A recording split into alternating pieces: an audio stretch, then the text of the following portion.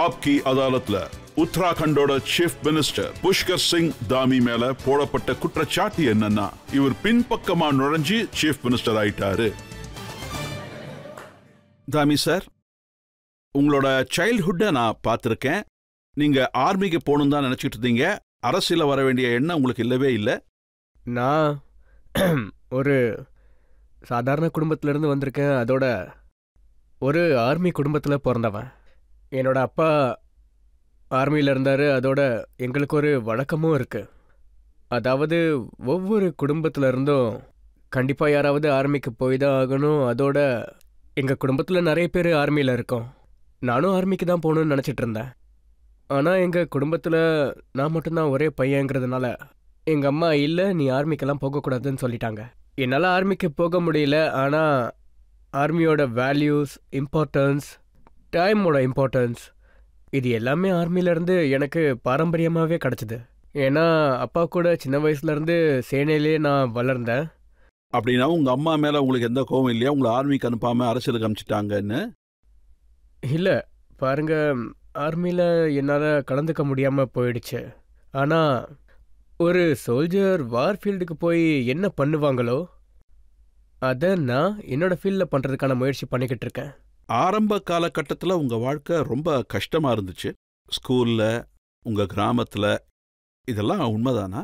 நான் பிறந்த கிராமத்தை பற்றி சொல்லப்போனால் அது ஒரு சின்ன கிராமம்.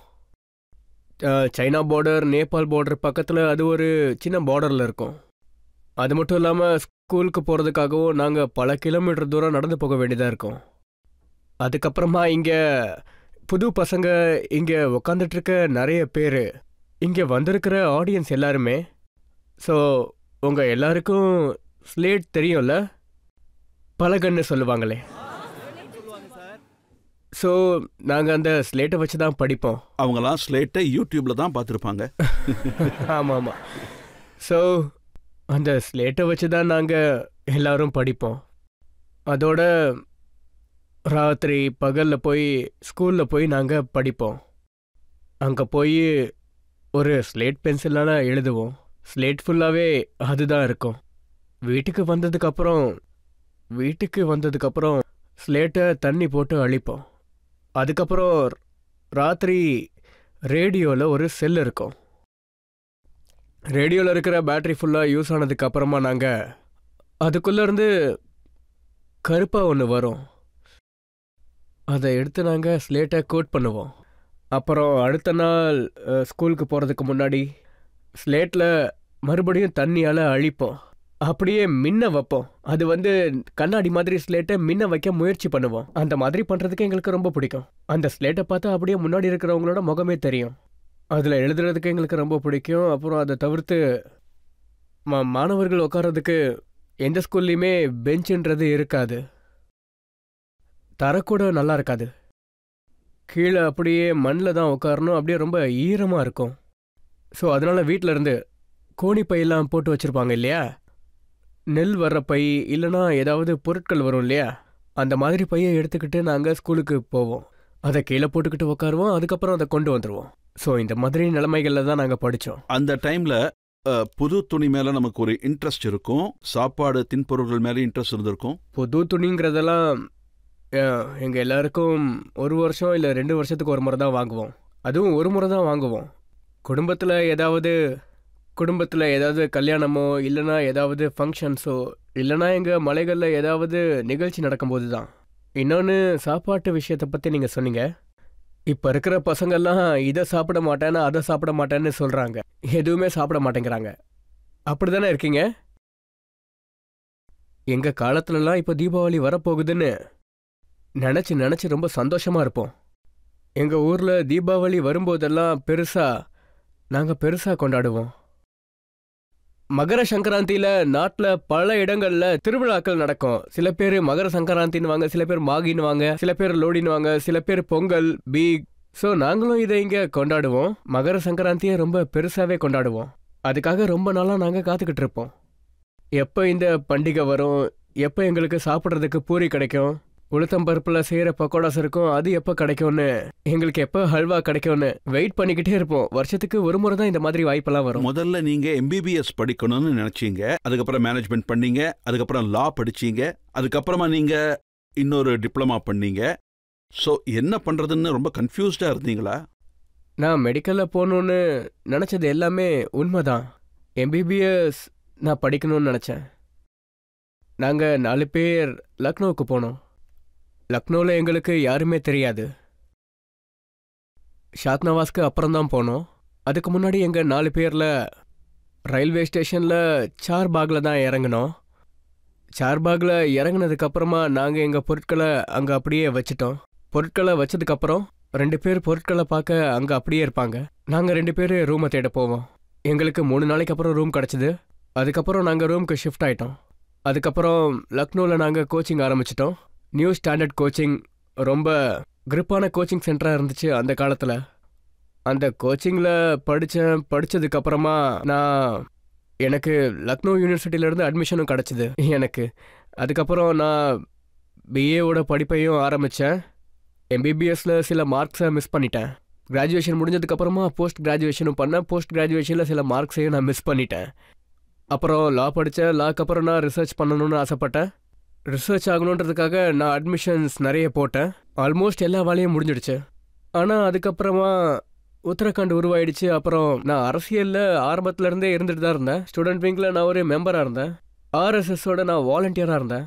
நான் IPC, UTC இதெல்லாம் தாண்டி தான் நான் வந்திருக்கேன். நான் பேக்டோர்ல இருந்து தான் நான் இங்கே CM ஆனேன்னு நீங்கள் ஆப்கே அதாலத்தில் என் மேலே குற்றச்சாட்டை போடுறீங்க. நான் சொல்கிறது உண்மை தானே?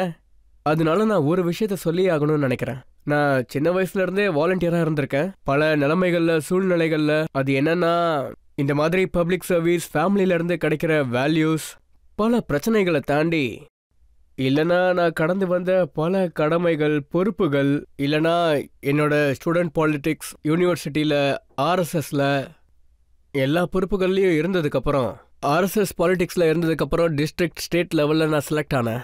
அதுக்கப்புறம் அசம்பிளி எலெக்ஷனில் நான் நின்னேன். அதுக்கப்புறம் பார்ட்டி எனக்கு கொடுத்த பொறுப்பில் நான் வேலை செஞ்சேன். தாமி சார், ஸ்டூடெண்ட்ஸ் ஆர்கனைசேஷன்ல நிறைய பேர் இருப்பாங்க, OTCயும் நிறைய பேர் பண்றாங்க, அசம்பிளி எலெக்ஷன்ஸ்ல நிறைய பேர் நிக்கிறாங்க, நிறைய பேர் MLAs ஆகிறாங்க. ஆனா 45 வயசுலயே CM ஆனது புஷ்கர் சிங் தாமி தான். என்ன சொல்றதுன்னா,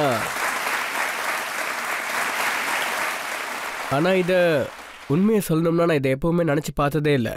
அது மட்டும் இல்லை, எங்களோட பார்ட்டியில் அது ரொம்ப தனித்துவமான ஒரு சிறந்த பார்ட்டி.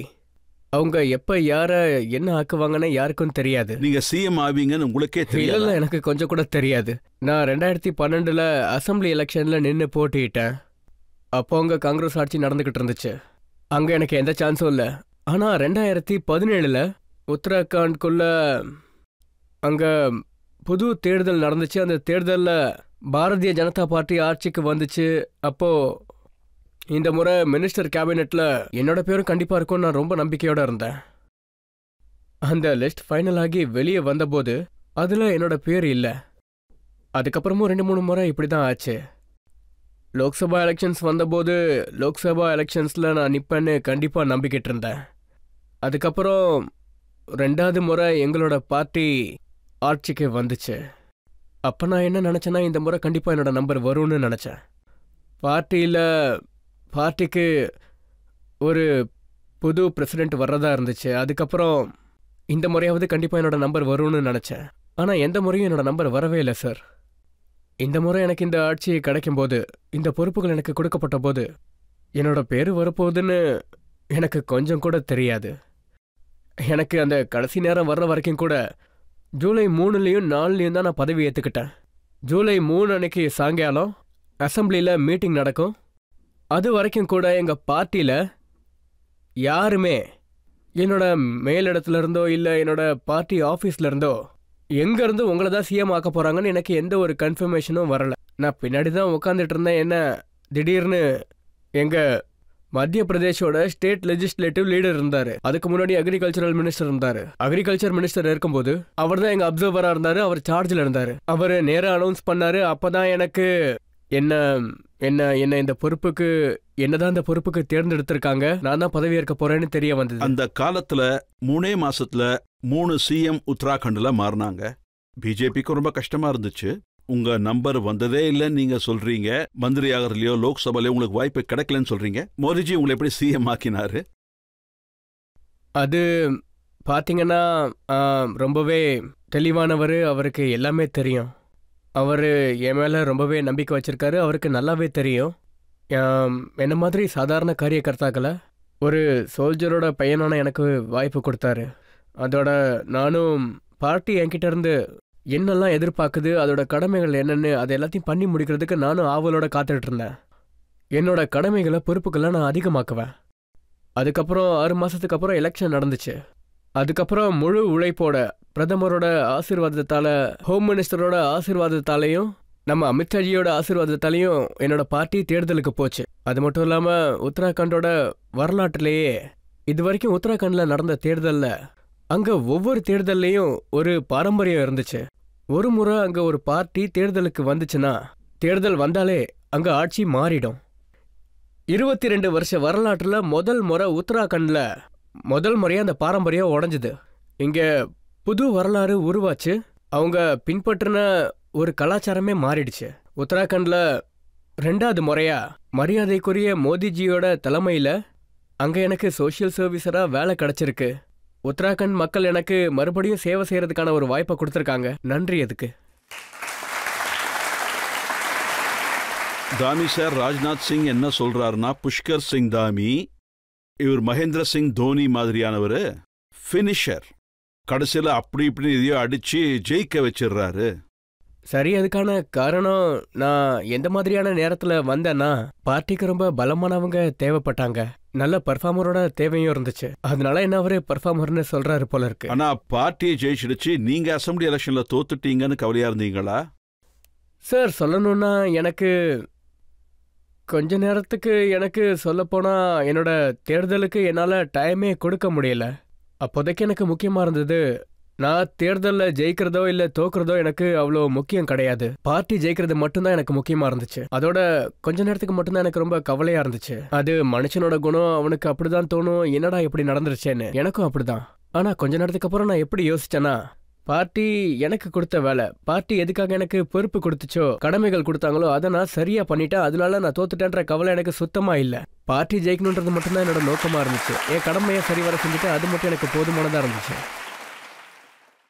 சிஎம் பதவியும் உங்க கை நழுவி போயிடும்னு நீங்க நினைக்கவே இல்லையா? இப்படி நடக்கும்னு என் மனசுல நான் நினைச்சு பார்த்ததே இல்லை. ஒரே ஒரு விஷயம் தான் சந்தோஷமா இருந்துச்சு, நம்ம பார்ட்டியோட ஆட்சி வந்துருச்சு, நம்ம பார்ட்டி ஜெயிச்சிருச்சு. நான் கொடுத்த சத்தியங்கள், மக்களிடையில நான் போய் சொன்ன விஷயங்கள் எல்லாமே, நாங்க இதை பண்ணுவோம் அதை பண்ணுவோம், நிறைய ஸ்கீம்ஸை கொண்டு வருவோம்னு சொன்னேன். நம்ம ரிசல்ட்ஸ் வந்ததுக்கு அப்புறமா நம்ம சொன்னது எல்லாமே முழுமையாக்கப்படும். நான் தற்கால் பார்ட்டி ஆஃபீஸ்க்கு போனேன். பார்ட்டி ஆஃபீஸில் போய் நான் என்ன சொன்னேன்னா, மக்கள் கிட்ட கொடுத்த வாக்க, பார்ட்டி வச்சிருக்க டார்கெட்டை நான் கண்டிப்பாக முடிப்பேன்னு நம்பிக்கையோட இருந்தேன். தாமி சார், பிஜேபியில் எப்பவும் இந்த மாதிரி நடந்ததே கிடையாது. ஒருத்தர் அசம்பிளி எலெக்ஷன்ல தோத்து போய் அவரை மறுபடியும் சீஃப் மினிஸ்டர் ஆக்குறதுங்கிற விஷயம் இருக்கே, அப்புறம் தேர்தலில் மறுபடியும் இறக்கி, இது மோடிஜி பண்ணாரான்னு நம்பவே முடியல. ஸோ முதல் முறை நீங்க மோடிஜியை பார்க்கும்போது அப்படி என்ன மந்திரம் பண்ணீங்க? அவருக்கு என்ன மந்திரம் போட்டீங்க நீங்க? முதல் முறையாக நான் அவரை சந்திக்கும் போது, அப்போ என் மனசுல நிறையவே விஷயங்கள் ஓடிக்கிட்டே இருந்துச்சு. இப்போ நான் பிரதமர் மோடிஜியை பார்க்க போறேன். ஏன்னா சிஎம் ஆகிறதுக்கு முன்னாடி நான் எப்போவுமே பர்சனலாக அவரை மீட் பண்ணதே கிடையாது. ஸோ 2 நாளைக்கு முன்னாடி நான் அவர்கிட்ட டைம் கேட்டேன். அதுக்கப்புறம் பிரதமர் ஆஃபீஸ்லேருந்து எனக்கு கால் வந்தது. அதாவது, நீங்கள் 10ஆம் தேதிக்கு இங்கே மீட் பண்ணுறதுக்காக இங்கே வரணும், 15 நிமிஷம் தான் கொடுத்தாங்க, அந்த நேரத்துக்குள்ளே நீங்கள் வந்து பேசிட்டு போகணுன்னு சொன்னாங்க. நான் என்ன நினச்சேன்னா, இப்போ நான் பிரதமர்கிட்ட போகிறதால பிரதமர் என்கிட்ட எந்த ஸ்கீமை பற்றி கேட்க போகிறாருன்னு எனக்கு தெரியாது, என்னென்ன கேள்வி கேட்க போகிறாருன்னு எனக்கு தெரியாது. அப்போது நான் ரொம்ப ரொம்ப பவ்யமாக உள்ள நான் போயிட்டேன். நான் உள்ளே போன உடனே நான் இங்கே ஷோக்கு வரும்போதும் அப்போ நான் என்ன நினச்சேன்னா, இந்த ஷோக்கு வர்றதுக்கு நான் இங்கே வரைக்கும் வரணும்னு நினச்சிக்கிட்டு இருந்தேன். இதே மாதிரி நான் பிரதமரோட ஆஃபீஸ்க்கு போகும்போது ஒரு கதவு மட்டும்தான் திறந்துருந்தது. பிரதமர் மோடிஜி 2-3 கதவுகளுக்குள்ளே இருப்பார்னு நினச்சேன். நான் உள்ள போன உடனே பிரதமர் மோடிஜி என் முன்னாடி நின்னுக்கிட்டு இருந்தாரு. என்ன வாங்கன்னு சொன்னாரு. அப்ப நான் ஐயோ பிரதமர் மோடிஜியான்னு நினைச்சேன். அப்போ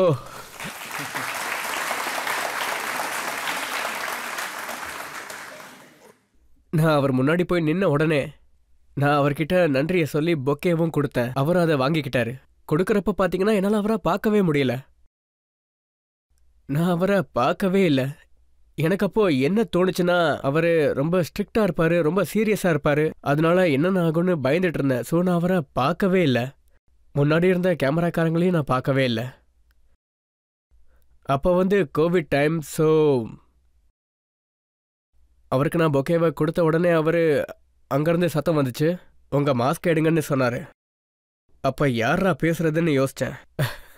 அதுக்கப்புறம் பார்த்தா பிரதமர் அவரோட மாஸ்கை எடுத்தாரு. நானும் எடுத்துட்டேன். அதுக்கப்புறம் அவரு உக்காந்தாரு. பல இடங்கள்ல நடக்கிற மாதிரி அங்க நடக்கல. அதாவது பிரதமர் ஒரு சேர்ல உக்காந்தாரு, அவர் பக்கத்துல தான் நானும் உக்காந்தேன். அவர் கூடயே உக்காந்தேன்னு சொல்லணும். அப்படி உக்காந்து பேசும்போது அவரு 3-4 நிமிஷத்துக்கு அவரு பேசிக்கிட்டே இருந்தாரு. ரொம்ப இயல்பா பேசினாரு. அதுக்கப்புறம் அவரு எங்க வீட்டில் எல்லாரும் எப்படி இருக்காங்கன்னு கேட்டாரு. ஏறத்தாழ 3-4 நிமிஷத்துக்கு அவரு பேசியிருப்பாரு. அதுக்கப்புறம் நான் உண்மையாவே மறந்து போயிட்டேன். உலகத்தோட மிகப்பெரிய தலைவர் கூட இருக்கேன்றதே நான் மறந்துட்டேன். அப்போ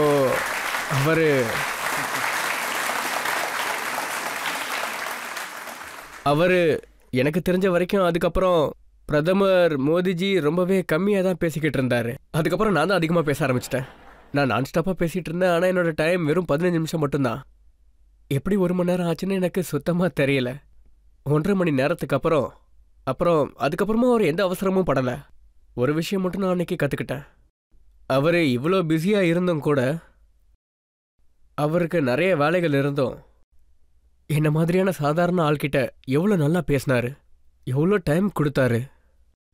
உண்மையை சொல்லப்போனால் நம்ம எல்லாரோட டைம் மேனேஜ்மெண்ட் அதில் அவரை விட யாரும் பெஸ்ட்டாக இருக்கவே முடியாது. அன்னைக்கு அப்படின்னா நீங்கள் இன்னொரு விஷயத்தையும் தெரிஞ்சுக்கிட்டு இருப்பீங்க, கேதார்நாத்துக்கு இது எவ்வளவு பிடிக்கும்னு. ஆமாம், நான் அதை புரிஞ்சுக்கிட்டேன். அது நாட்டில் இருக்க எல்லாருக்கும் தெரியும், உலகத்தில் இருக்க எல்லாருக்கும் தெரியும். பாபா கேதார்நாத்தோட அது 2013 பெரிய ஒரு டிசாஸ்டர் நடந்துச்சு. அப்போ அந்த பேரழிவில் முழு கேதார்நாத்தும் ரொம்பவே தாக்கப்பட்டுச்சு. எல்லாமே அடிச்சுட்டு போயிடுச்சு, ரொம்பவே நஷ்டமாயிடுச்சு. அப்போது 2013 மோடிஜி தெஹ்ராதூனுக்கு வந்தார். அப்போது அங்கே அவர் வந்ததுக்கப்புறம் அந்த டைமில் ஆட்சியில் இருந்தது காங்கிரஸ் பார்ட்டி தான். ஆனால் அப்போவும் அவர் கேதார்நாத்தை நான் தான் சரி பண்ணுவேன்னு சொன்னார். ஆனால் அந்த டைம் ஆட்சியில் இருந்தவங்க இல்லை, நாங்கள் உங்களை பண்ண விட மாட்டோம்னு சொன்னாங்க. ஆனால் பாபா கேதார்நாத்தோட அருளால் 2014 அவர் பிரதமர் ஆயிட்டாரு. அப்புறம் அவர் கேதார்நாத்தை மறுபடியும் ரீகன்ஸ்ட்ரக்ஷன் பண்ணுறதுக்கான வாய்ப்பை ஆரம்பிச்சிட்டாரு. இன்னைக்கு கேதார்நாத்தோட ரீகன்ஸ்ட்ரக்ஷன் வேலை எல்லாமே முடிஞ்சிடுச்சுன்னு சொல்லணும். இப்போ கேதார்நாத் ரொம்பவே அருமையான இடமா மாறிடுச்சு. ரோப்வே வேலைகளும் ஆரம்பிச்சிட்டாங்க. அது மட்டும் இல்லாமல் எப்பெல்லாம் நான் பிரதமரை பார்க்க போனாலும், அது மாசத்துல 1 முறையாக இருக்கட்டும் இல்லை 2 முறையாக இருக்கட்டும், எப்பவும் இதே தான் நடக்கும். கேதார்நாத்தோட ரீகன்ஸ்ட்ரக்ஷன் வேலை எப்படி போயிட்டுருக்கு எப்பவும் இதே தான் கேட்பாரு. நான் அங்கே எப்போ போனாலும் அவர் கேதார்நாத்தோட வேலையை பற்றி கேட்டுக்கிட்டே இருப்பார். அதாவது இப்போ 3வது ஃபேஸில் என்ன நடந்துச்சு, அங்கே சரஸ்வதி அம்மாவோட சிலையை கட்ட வேண்டியதாக இருந்துச்சு, என்ன நடந்துச்சு, இப்போ பண்டிதர்கள் மொத்தமாக எத்தனை பேர் இருக்காங்க, நீங்கள் சாந்திவனை கட்டிட்டு இருந்தீங்க, அதோட வேலைகள் என்னாச்சுன்னு அவர் எப்பவுமே கேட்பாரு. அவரோட மூளைக்குள்ளே எப்பவுமே இந்த மாதிரி ஏதாவது ஓடிக்கிட்டே இருக்கும். அப்புறம் அவர் அங்கேருந்து போனதுக்கப்புறம், உங்களுக்கு தெரியுமா இல்லையான்னு எனக்கு தெரியல, டிசாஸ்டருக்கு அப்புறம் மக்கள் வர்றது எல்லாமே ரொம்ப குறைஞ்சிடுச்சு. அவர் அங்கே போய் கேதார்நாத்தில் ராத்திரி குகைக்குள்ளே போய் அவர் ராத்திரி அங்கேயே தங்கிட்டு இருந்தார். அவர் அங்கே வந்து போனதுக்கப்புறம் இப்போ அங்கே இருக்கிற நிலைமை என்னன்னா, ஆயிரக்கணக்கான பேர் அங்கே வந்து தங்கிட்டும் போயிட்டும் இருக்காங்க. ஒவ்வொரு வருஷமும் லட்சக்கணக்கான மக்கள் அங்கே வந்துட்டு போயிட்டு இருக்காங்க. நீங்கள் அவரை ஆதி கைலாஷ்க்கும் கூட்டிகிட்டு போயிருக்கீங்க. அதாவது உத்தராகண்டில் 2 விஷயங்கள் இருக்குது, சார்தாம், கேதார்கண்ட். அதோட மானஸ்கண்ட், அப்புறம் ஆதி கைலாஷ். இங்கே பாபா கேதாரோட இடத்த கேதார்கண்டுன்னு சொல்லுவோம். அப்புறம் பாபா போலேயோட அந்த இடத்த மானஸ்கண்டுன்னு சொல்லுவோம். நம்மளோட பிரதமர் ரொம்ப நாட்களாக நான் அவரை எப்பெல்லாம் பார்க்குறனோ ஒவ்வொரு முறையும் அவர் ஆதி கைலாஷுக்கு நம்ம போயே ஆகணும்னு சொல்லுவார். ஜோலிகாங் 18,000 அடி உயரத்தில் தான் அது இருக்கும். நம்ம நாட்டோட முதல் பிரதமர் இந்த ஹைட்டுக்கு போய் சேர்ந்திருக்காரு. அந்த ரிமோட் பிளேஸ்க்கு போயிருக்காரு. அவர் அங்க வந்ததுக்கு அப்புறமா அங்க வர்ற மக்களோட எண்ணிக்கை ரொம்பவே அதிகமாயிடுச்சுன்னு சொல்லணும். ஆதி கைலாஷ்க்கு போறவங்களோட எண்ணிக்கை அதிகமாயிடுச்சு. நாகேஸ்வர் தாம் போறவங்களோட எண்ணிக்கை அதிகமாயிடுச்சு. இப்ப பாத்தீங்கன்னா இந்த முழு உலகமும் இந்த வேலி மேல ஒரு முக்கியமான கண்ணு வச்சிருக்கு. ஆதி கைலாஷ்ங்கிற இந்த இடம் முழு உலகத்துக்கும் தெரிய ஆரம்பிச்சிருக்கு. வரப்போற காலங்கள்ல இந்த மாதிரி சார்தாம் யாத்திரைகள்லாம் நடக்குதோ அதே மாதிரி மானஸ்கந்த் யாத்திரைகளும் நடக்கும். நாம இங்கிருந்து ஆளுங்க கைலாஷ் மானசரோவர் போறாங்க. கைலாஷ் மானசரோவரை பார்க்குறவங்களும் இங்க ஆதி கைலாஷையும் வந்து பார்க்கலாம். அதுக்கான ஏற்பாடுகளும் நடந்துட்டு தான் இருக்கு. ராமி சார், இன்னொரு சிவ பக்தர் இருக்காரு, ராகுல் காந்தி.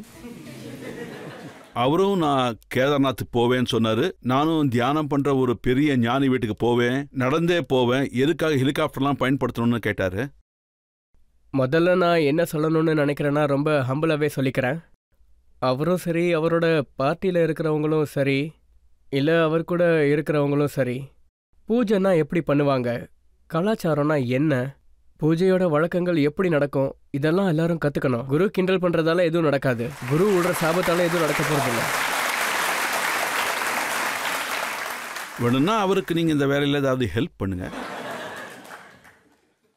உண்மையை சொல்லணும்னா நான் பல முறை யோசிச்சிருக்கேன். ராகுல் காந்திஜி இப்போவாவது கொஞ்சமாவது சீரியஸ் ஆகணும், இப்போயாவது சீரியஸ் ஆகிடுவார்னு யோசிச்சிருக்கேன். ஆனால் ஒவ்வொரு முறையும் அவர் நான் நினைக்கிறது தான் தப்புன்னு நிரூபிச்சிடுறாரு. எனக்கு தெரிஞ்ச வரைக்கும் இவங்களும் அதே மாதிரி தான் யோசிப்பாங்க. அவங்களும் தப்புன்னு கண்டிப்பாக அவர் நிரூபிப்பார். ஒவ்வொரு முறையும் எதையோ ஒன்று பண்ணிக்கிட்டே இருக்காரு. அதனால அவரோட இம்பார்ட்டன்ஸே குறைஞ்சிடுது. சரி, ஆடியன்ஸ் யாராவது ஒருத்தர் கேள்வி கேட்கலாம். நீங்க தான் பிரதமர் மோடியோட ஃபேவரட் சிஎம்னு சொல்றாங்க, அது உண்மையா? பிரதமர் மோடிஜி இந்த நாட்டில் பிரதமர் ஆனதுலேருந்தே அவர் நாட்டுக்கு அடிமட்டத்தில் இருக்க மக்களுக்காக பல விஷயங்களை பண்ணியிருக்காரு. நம்ம நாட்டோட ஒர்க் கல்ச்சர், அந்த ஒர்க் கல்ச்சரையே அவர் மாற்றிட்டாரு. அவருக்கு நெருக்கமானவன் நான் மட்டும் கிடையாது, அது மட்டும் இல்லாமல் அவரோட அருள் எனக்கு இருக்குன்னு கிடையாது. என்ன மாதிரி லட்சக்கணக்கான காரியகர்த்தாக்கள் மேலே, இல்லை அவரை சம்மந்தப்பட்டவங்க மேலே, இல்லைனா சரி யார் மேலே அவரோட ஆசீர்வாதம் இருக்கோ, யாரெல்லாம் அங்கே வேலை செய்கிறாங்களோ, அவங்கவுங்க ஃபீல்டில் நல்ல எண்ணங்களோட, நல்ல ஹார்ட் ஒர்க்கோட, யாரெல்லாம் நாட்டை வளர்க்கணுன்ற எண்ணத்தில் வேலை செய்கிறாங்களோ எல்லாருமே மோடிஜிக்கு நெருக்கமானவங்க தான்.